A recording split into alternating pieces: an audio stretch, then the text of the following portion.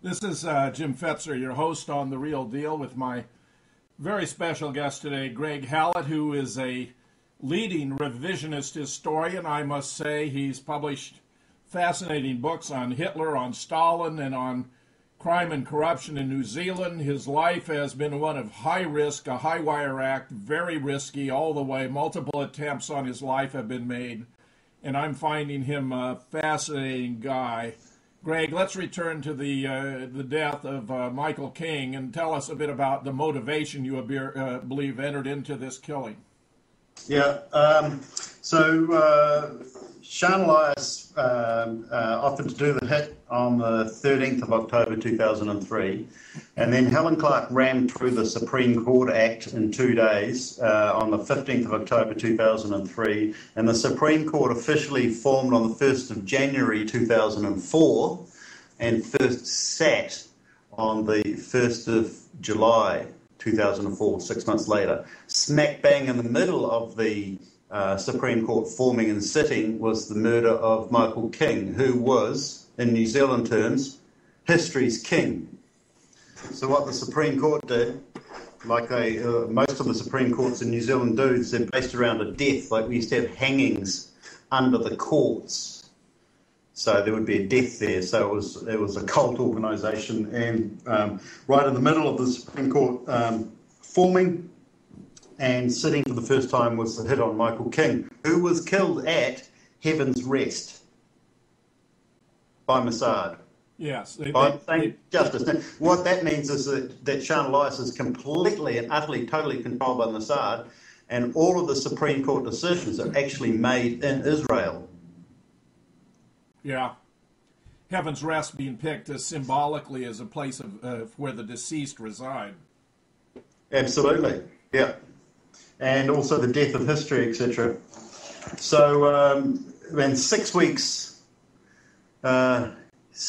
prior, a relative of his was killed, Sir Peter Elworthy.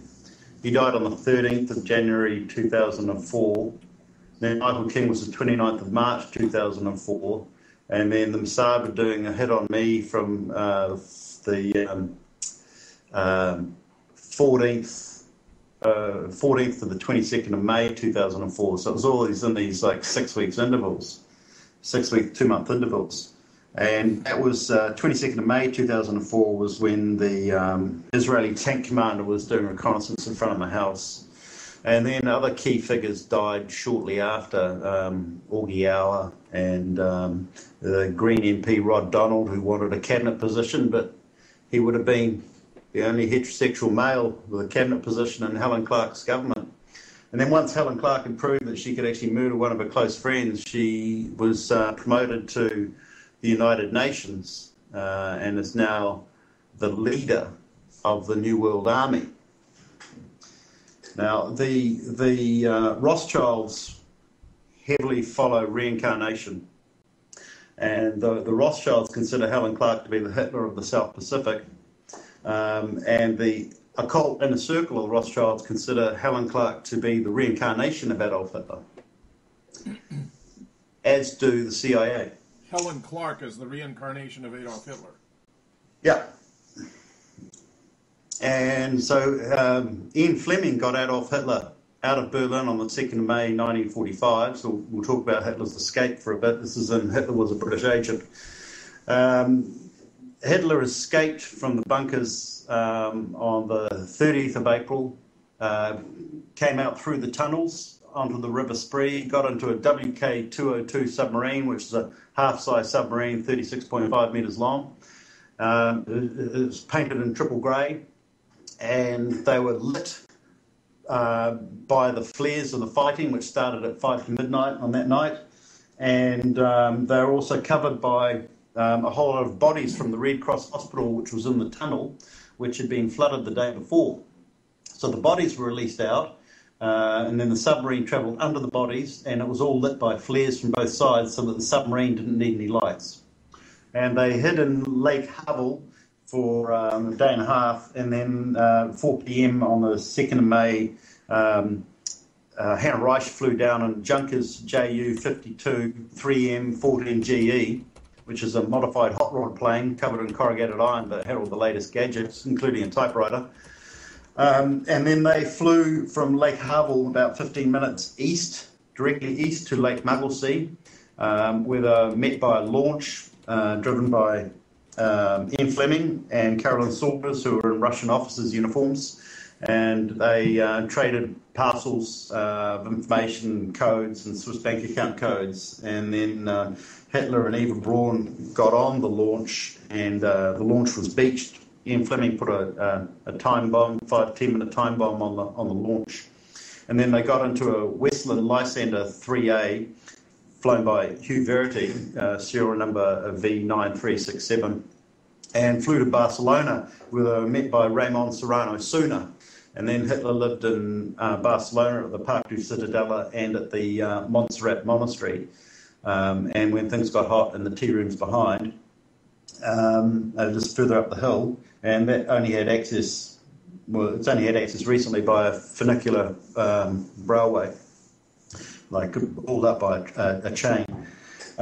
So Hitler got identified by an Irish quartermaster general who was actually a priest at the time, who met Hitler at about midnight one night on New Year's Eve, New Year's Day, 1949-1950, and went back to his boss and said, I've met the German gardener, he's taking care of his roses and he speaks perfect English, and it's Adolf Hitler.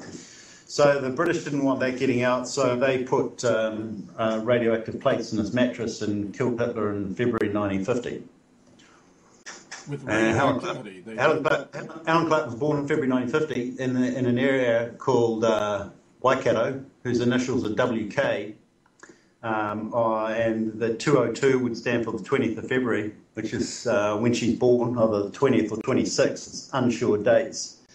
And then the CIA ran this very strange program under Health from 1960s and early to the early 1970s, where they were looking for the reincarnation of World War II people.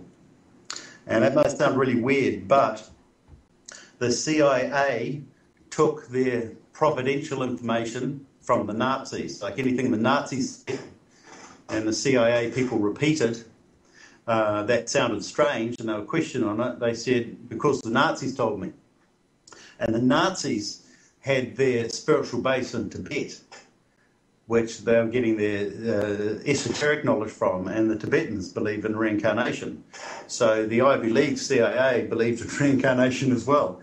So it went right through. So they actually followed up on it. So they got Helen Clark, and then Helen Clark was sent to Stockholm to go to feminist lectures at Stockholm University. And from there she was picked up and taken on a 95-minute flight across to St. Petersburg, where she was trained in the Tavistock there. Fascinating. Yeah, it is.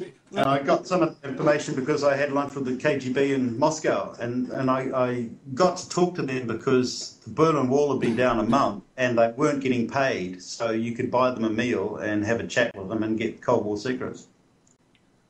So you've done a fair amount of traveling in the process of developing your manuscripts. Yeah. I mean, it hasn't all come just to New Zealand. Oh, no. Well, no. What happens is you go overseas and you have some strange experiences and you do some strange stuff and you get some information and you come back here and you talk to a few people, and then if you tell them stories that they haven't heard of and they check it out and it turns out to be true, then you've got a bit of an in. Very, very interesting. I wish we had longer to chat. I'm going to bring you back, I'm sure, Greg. Why don't you tell us kind of an overview of what your research has revealed that's important to citizens of the world today if they want to understand the world's history? Pretty much anything that a university professor tells you is bunk. Anything that an historian writes who's then given an elevation, like Hugh Trevor Roper became Baron Darkra, therefore he's crap. He's written a false history. And it's the nuggety authors